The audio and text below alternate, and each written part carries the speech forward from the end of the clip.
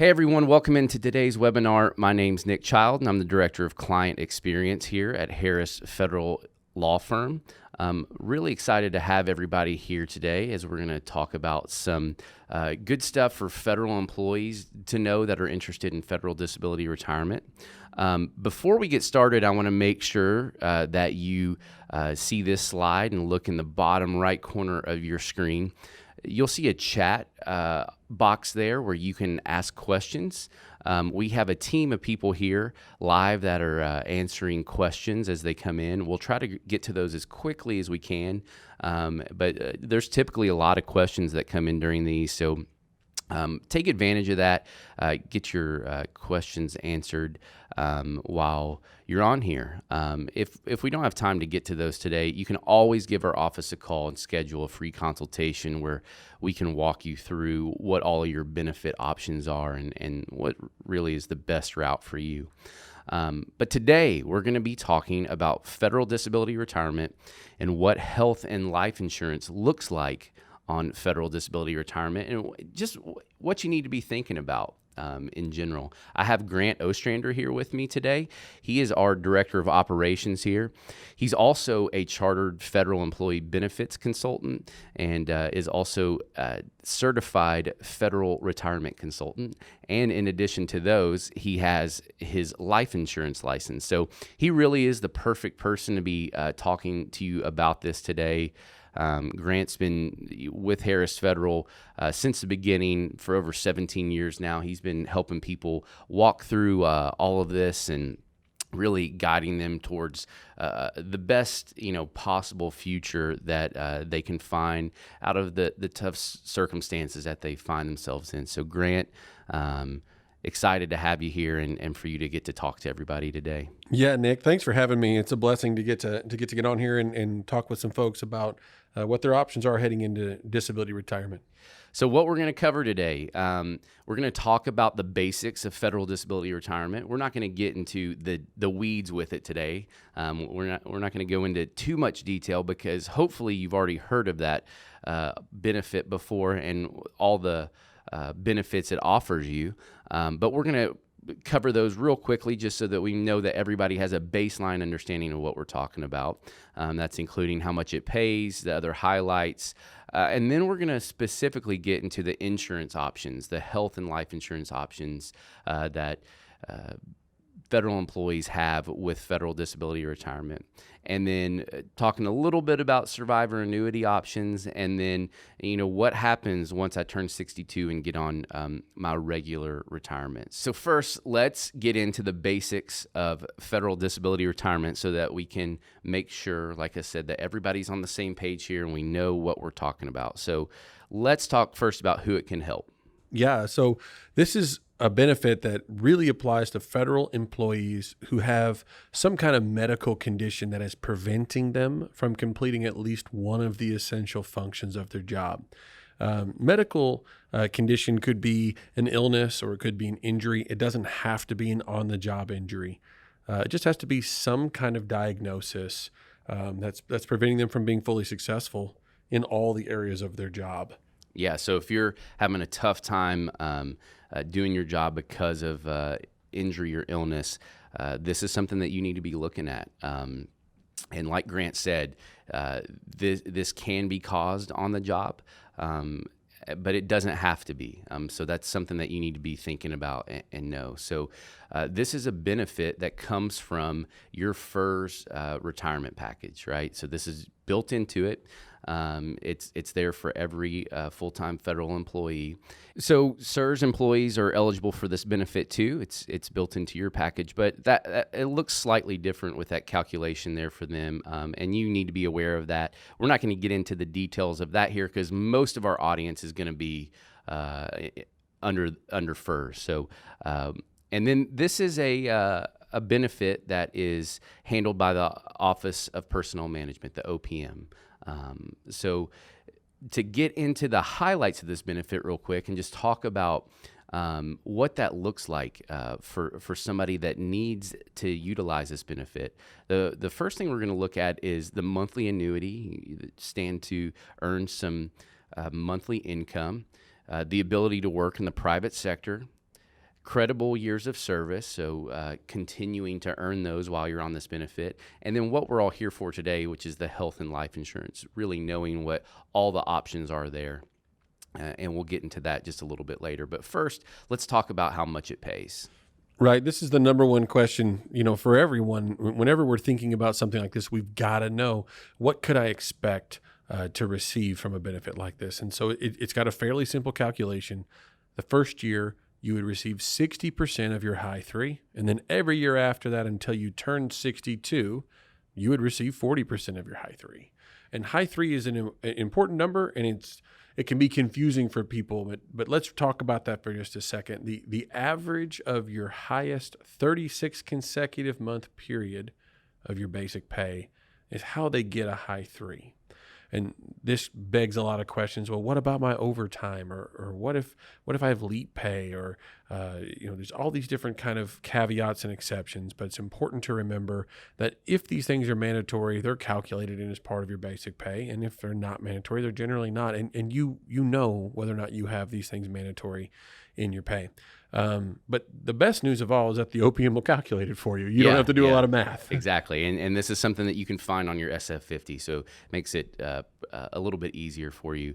And we know this is a unique number to kind of base this off of, but it's how OPM calculates it. So let's look at a graph real quick here, just so that we can kind of visually see what this is going to look like. So over here on your left, you're going to see that bar that says 100%. And that represents your high three average. So the first year that you could be on this benefit, you would receive 60% of that high three average, okay? And then every year after that first year, until the age of 62, you're going to receive 40% of that high three average. So we wanted to put this graph here just so that you could get a good visual of what that income is going to look like. So like I mentioned here, that's going to last until you're 62 years old. And so what we typically call this is a bridge to 62. This is, not meant to be a total replacement of your income. It's meant to supplement your income that you've lost from not being able to work. So in our office, this is what we call it, a bridge to 62. It's to get you from today until you're 62 years of age. That's right. And the reason we have that number there, we didn't choose it. Everything inside of the FERS retirement system is built to get you to that 62nd birthday as a full retirement age.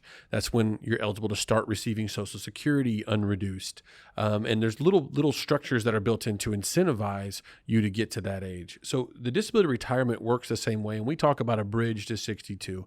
If we imagine a career being a road towards a retirement at some day, if a medical condition were to interrupt that path, this disability retirement benefit would bridge you to your full retirement age. And that's what happens to this benefit on your 62nd birthday. It recalculates as if you had just kept right on working to your 62nd birthday and then retired.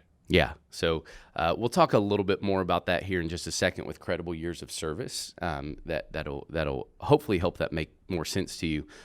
Before we get there, let's look at working in the private sector real quick. This is extremely unique to this benefit. You're not going to find another disability benefit out there that's going to allow you to work and continue to work while you're receiving it. So this is something that a lot of our clients take advantage of. The ability to go and work in the private sector and continue to receive income, right, Grant? I mean, this is something that really allows people to kind of start their second career in some ways. That's right. And everyone's situation is different. Some people have a permanent disability that's not going to allow that to take place. Yeah. But in these situations where someone is occupationally disabled from the federal government position, they could find something in the private sector that was within their medical restrictions. They're allowed to earn up to 80% of what they'd be making if they still worked for the government, in addition to receiving that 60 or 40% annuity. That's a game changer as far as providing stability in the face of a serious medical condition. So we think that this is not talked about enough and that people don't understand it well enough. We're happy to walk through it with anybody who calls and wants to chat with us about it. But it's such an important part, and we want to reiterate, this benefit, this federal disability retirement benefit, is not designed to completely take care of you by itself. It's designed to supplement you into the next stage of your life, and this, like you said, the second career or second half of your career. Yeah, it really gives you a good safety net to take that next step. Absolutely. And give you some security in the future. And just to make sure everybody's clear here, this 80% cap is on your old position's current salary. So this is something that's going to increase as you move into the future with salary increases and cost of living adjustments that are added to your old position that number is based off of. So let's look at a graph real quick here. This is that graph that we looked at before, but now we're adding that 80% potential income on top of that. So if you look at year one there, we see that 60% that we looked at before. That's our federal disability retirement annuity. That's going to be 60% of your high 3 average. Now, that 80% there is of your old position's current salary, right? So we're adding that on top of that 60%. So what we're looking at there in that first year is a potential income of 140% of basically what you're currently making, right? And then from year 2 all the way until the age of 62, you have the potential to add that 80% onto the 40% annuity that you would be earning, and a potential income of 120% of what you're currently making. So this is there's a lot of numbers here. This can be confusing with all of the increases in your old position salary and all that kind of stuff. But what you need to know is that you have a pretty significant income potential that you might not be aware of today. So lots of our clients take advantage of this and utilize it to help them in the future. Right. And one thing that I always want to emphasize here is there's no guarantee you make that 80% in the private sector. But that 60 and 40%, those are part of the benefit, and you get them every year. And while you may not find a job in the private sector, or you may have a medical condition that prevents that type of work to where you could earn that additional amount of money. So yeah, right, Grant. Like maybe they have a hobby that they love that they've always wanted to do, and absolutely. now they could do it because they have a little bit of income. Yeah, there's to facilitate that. That first almost half of your income is paid by the benefit, and therefore the amount that you need to make ends meet and have a successful career is lowered. That burden is lowered. And so some folks really find some freedom in that second career to do what they've always wanted to do, what they've always loved to do, without having the pressure of earning quite as much as they had previously. So hopefully you can see there that that can really bring you a significant amount of income as you move into the future. And like we said, we know that not everybody can go work, right? There's going to be some people that cannot work in the private sector, and there's some additional options like Social Security disability out there for you. But we wanted to make sure that everybody's aware of this because you just need to see how big that can be. Another really big part of federal disability retirement is what's called credible years of service. And if you haven't heard about this before, this can be one that really pays huge dividends when you get to that age of 62. I think one thing that gets overlooked about credible years of service and the addition to your existing service record is that at age 62, when this bridge gets you to your full retirement age, if you had to stop mid-career, you wouldn't have built a big enough retirement to sustain you on into the future. But by adding these additional years of service that you're not working onto your existing service record, when you hit age 62, you'll have kind of the maximum amount you would have been able to get by then anyway. And that changes how you can look at the long-term effects of a retirement, whether or not you'll be able to actually have a financial future that's stable and secure. And of course, at age 62, you're eligible to start receiving Social Security benefits. So the combination of adding the existing service record and the additional credible years spent on the disability retirement to a Social Security payment can provide that kind of really solid retirement that everyone wants at age 62. Yeah. And I'm a very visual person, so I need to really look at this and see it laid out in front of me. So hopefully this slide will help you understand this a little bit more. So what we're looking at here when we're talking about credible years of service is, let's imagine that somebody was hired into their federal position at the age of 30. They worked in their federal position for 10 years. That's what you see here in the gray area, so 10 years. And then at age 40, for whatever reason, they had to get on federal disability retirement, and they're going to be on that from age 40 to age 62. So what you're looking at here is 22 years on that benefit. And what we're saying here is that you are going to receive credible years of service for the 22 years that you were on the benefit. So it's going to look like you had been working for the federal government from the age of 40 to 62. So once your retirement is recalculated at the age of 62, it's going to look like you had worked there for 32 years. That's huge too, because at age 62, if you have more than 20 years of service, you get a 10% bonus on your service time. And that's what happens on disability retirement. On your 62nd birthday, if you've got over 20 years of total federal service, including this bit that gets added, then you receive the bonus. That's huge. Yeah. So not only is federal disability retirement helping you now, it's going to continue to help you in the future while you're on it. So let's move to the next slide, maintaining health and life insurance. This is what we're here to talk about today. We have a lot of webinars that go deep into federal disability retirement, all the benefits, but today we want to talk specifically about this one and the considerations that you need to make while you're thinking about getting on disability retirement and what health and life insurance could look like. So just so that you're aware, once you move on to federal disability retirement, you have the option to maintain your current health and life insurance elections. So let's talk about health insurance specifically first and what that looks like. Right. So health insurance for federal employees, oftentimes referred to as FEHB, is something that they pay for a portion of your premiums. You're in a giant group, and it's a good insurance plan. Usually it's Blue Cross Blue Shield, and it allows you to have a really good benefit for you and your family. One thing that's important to note here is that when you're on FEHB benefits and you want to carry them into your retirement, you have to have been on that benefit for 5 years or all eligible time. So if you were only on a federal employee for 4 years, then you need to be on there for all the time that you were eligible to be a member of that program. And that's true whether it's disability retirement or regular retirement.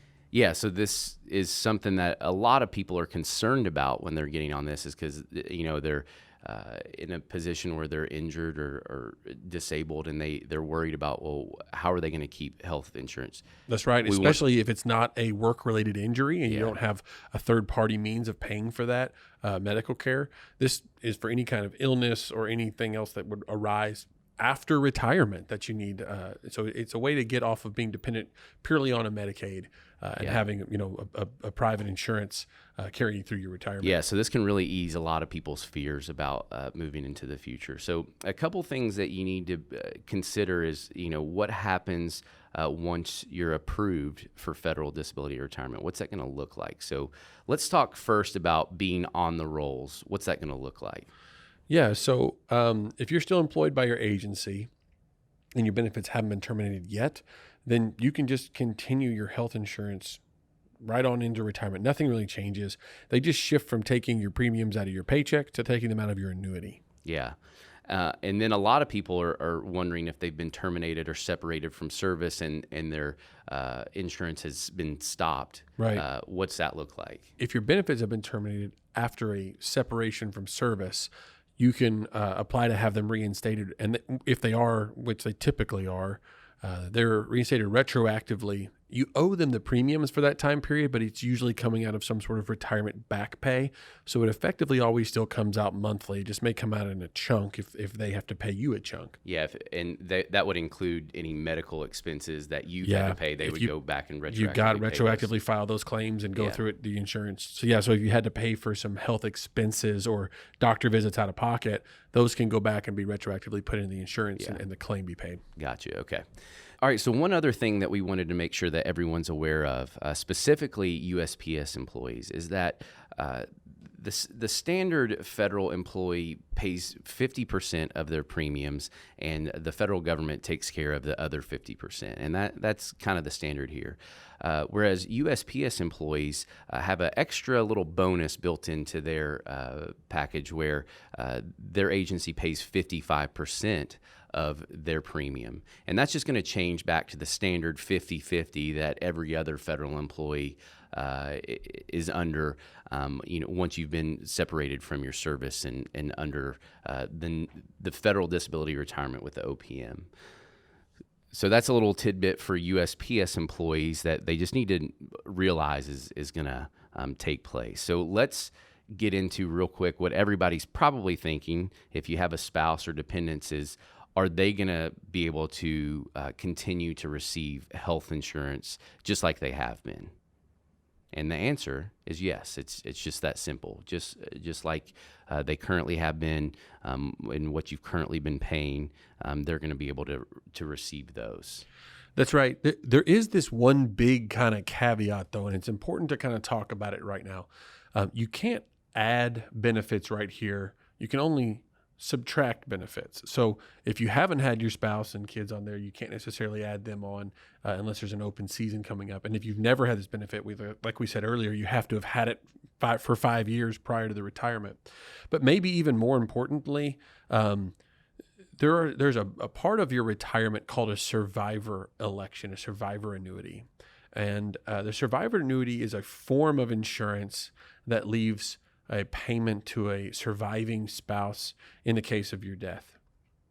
And woven into the choice that you make about your survivor annuity is a little piece of the health insurance puzzle that states that your spouse and dependents cannot stay on the benefit, the health insurance benefit, after your passing if you haven't elected at least a partial survivor annuity. So it's a little bit complex, but we want to talk about it in detail here so you can understand it. The maximum survivor annuity for a FERS employee is going to pay your surviving spouse 50% of your unreduced federal retirement. In order to pay for that, it's going to take a 10% reduction of the gross monthly annuity. A partial survivor annuity works the same way, but it's a 5% reduction in your monthly annuity for a 25% benefit paid to your surviving spouse. Then the third option is no reduction, no benefit for a spouse. But if you don't choose the maximum or the partial, your surviving spouse cannot continue to receive or stay on the FEHB benefits after you pass.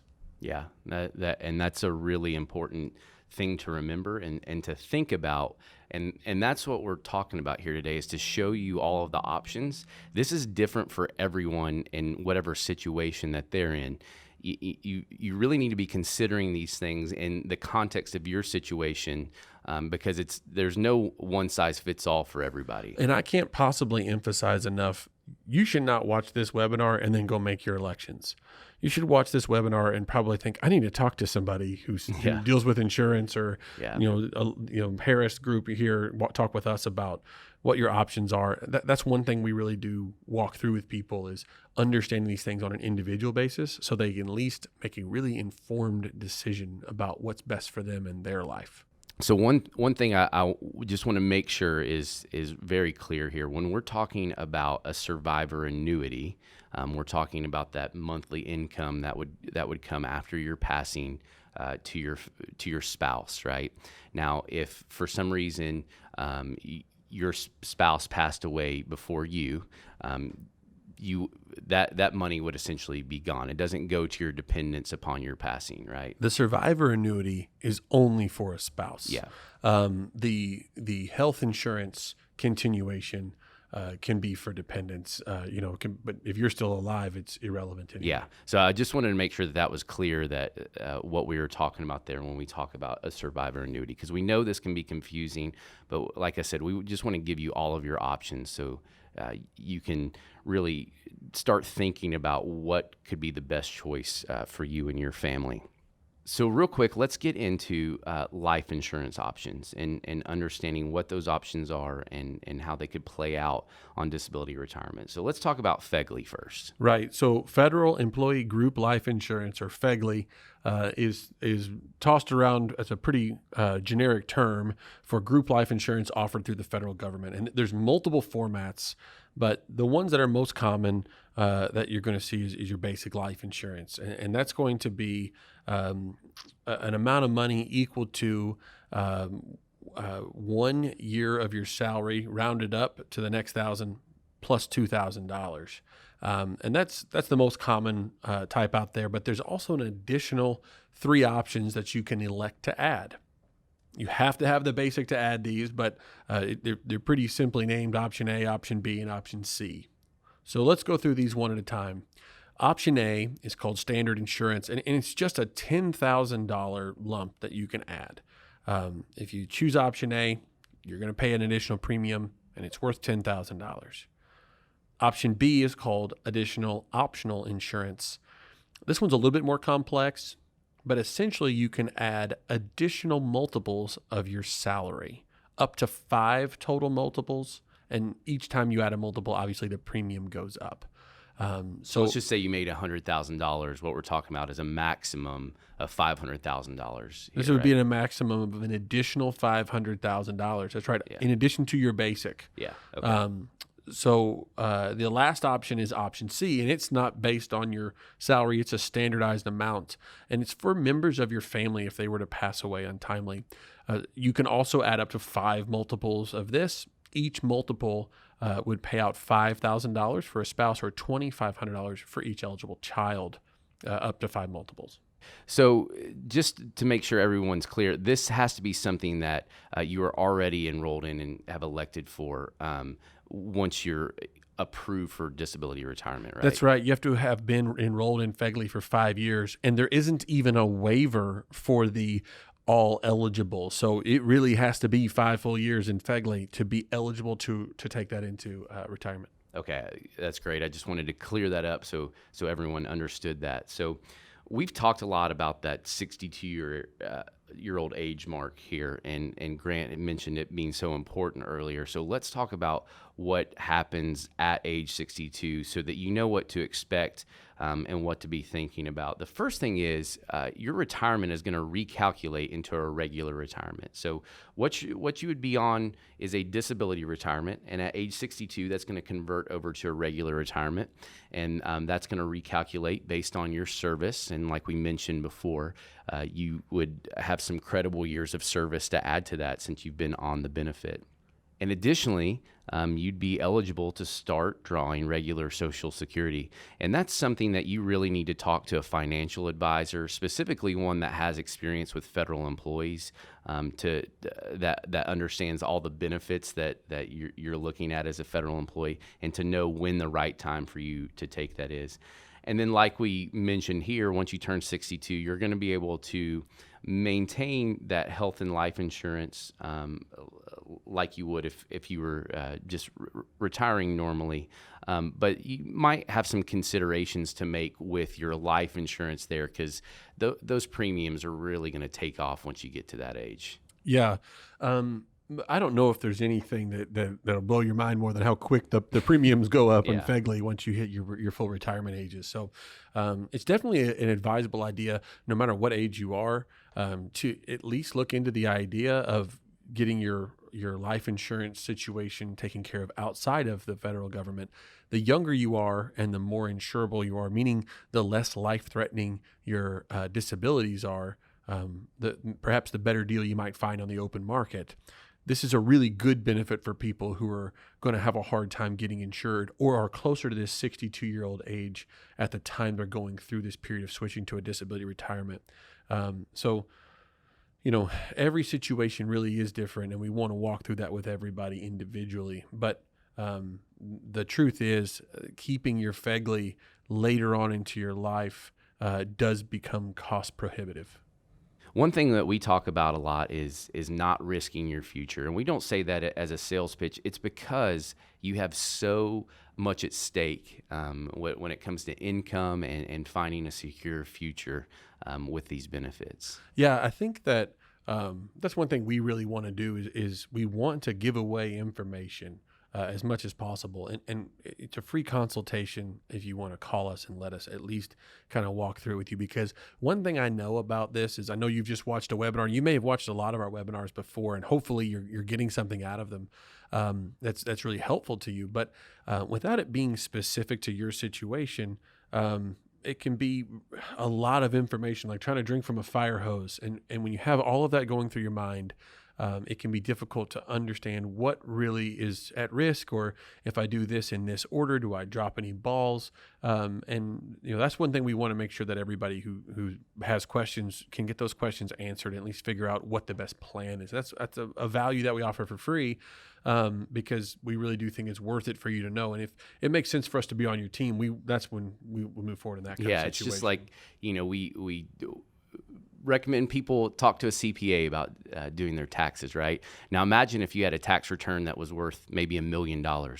You definitely want to talk to a CPA at that point, right? And make sure that you're getting all that money from the federal government. So it's something that we really enjoy helping people walk through and finding what they need in that benefit. So to just kind of wrap up here, I want you to remember that all the basics that we talked about with federal disability retirement, that monthly annuity, it provides you the ability to work in the private sector, the credible years of service. Don't forget about that one. That one's really important when you're thinking about this. And then obviously what we were here to talk about today, all of your health and life insurance options, the things that you need to be thinking about and considering as you move into this disability retirement. So really take the time, invest in your future by taking the time to consider these and talk to professionals that can show you how all of this is going to play out as you move into retirement. So we're excited to talk to you about this. We're happy to sit down and have a consultation with you and talk to you more about all of this.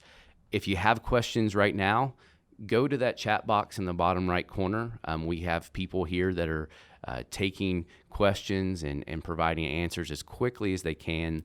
Sometimes those questions get a little bit specific to certain situations, and they might tell you to give us a call, and that's just so that we can get all the details to know how to guide you the best way possible. And so we're going to keep this open for about 10 more minutes where you can ask questions, and we'll be here to answer those. And like I said, we're thankful to have you here. We're very thankful for the position that we're in to help so many federal employees through such difficult times in their lives. And I'm thankful to have Grant here, who has so much experience and knowledge in this, and just that he can impart that on us and help walk us through all that. So thanks, Grant. Yeah, absolutely. Thanks for having me, Nick. Yeah, so thanks everybody for being here today. Like I said, check out our website where we have tons more resources. We have a YouTube channel that's full of videos just like this, FAQ videos to help you walk through all those questions you might be having as you look for a benefit like this. So we appreciate you all being here today, and we look forward to seeing you here next time. Thanks.